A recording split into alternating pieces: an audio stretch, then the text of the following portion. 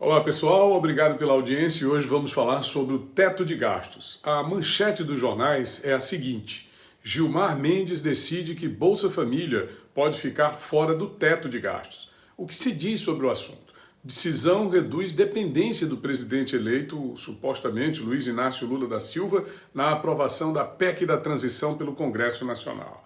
O que é que isso significa, pessoal? Isso quer dizer que os recursos destinados ao pagamento de benefícios sociais para garantir uma renda mínima aos brasileiros, que é o caso do Bolsa Família, que será retomado no lugar do Auxílio Brasil pelo suposto futuro governo, podem ser garantidos a partir da abertura de crédito extraordinário e que as despesas estão fora das limitações impostas pelo teto de gastos. O magistrado atendeu parcialmente a pedido apresentado pela Rede Sustentabilidade. É um partido nanico representado no Congresso pelo senador Randolfo Rodrigues do Amapá. Não tem peso no Congresso, mas tem força no Supremo.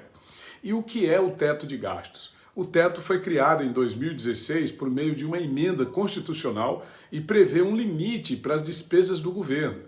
A medida foi aprovada por nada menos que 60% do Congresso na época. E agora cai diante de uma única canetada de um indivíduo que não foi eleito por ninguém, que nunca disputou nenhum voto e, portanto, não tem nenhuma representatividade legislativa ou proporcional. Seu único papel é servir como guardião da Constituição Federal de 88, apreciando casos que envolvam lesão ou ameaça ao texto constitucional.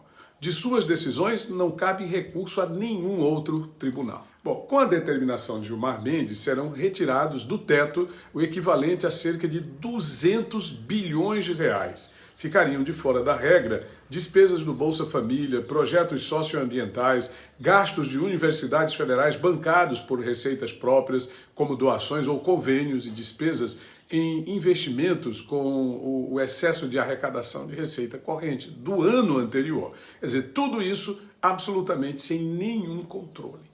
A repercussão não podia ser pior. Maílson da Nóbrega, ex-ministro da Fazenda, afirmou que a decisão de Gilmar Mendes sobre o teto de gastos é uma barbaridade. Numa entrevista ao Jornal da Manhã da rádio Jovem Pan, o ex-ministro do governo Sarney declarou que a PEC da transição pode fazer o Brasil entrar em uma trajetória explosiva da dívida pública. E não adianta o PT querer desqualificar a opinião do Maílson, porque até poucos dias ele era uma sumidade quando foi para votar no Lula. Quer dizer, na prática, sob Lula, o PT e seus agregados, o Brasil está ficando do jeito que o diabo gosta.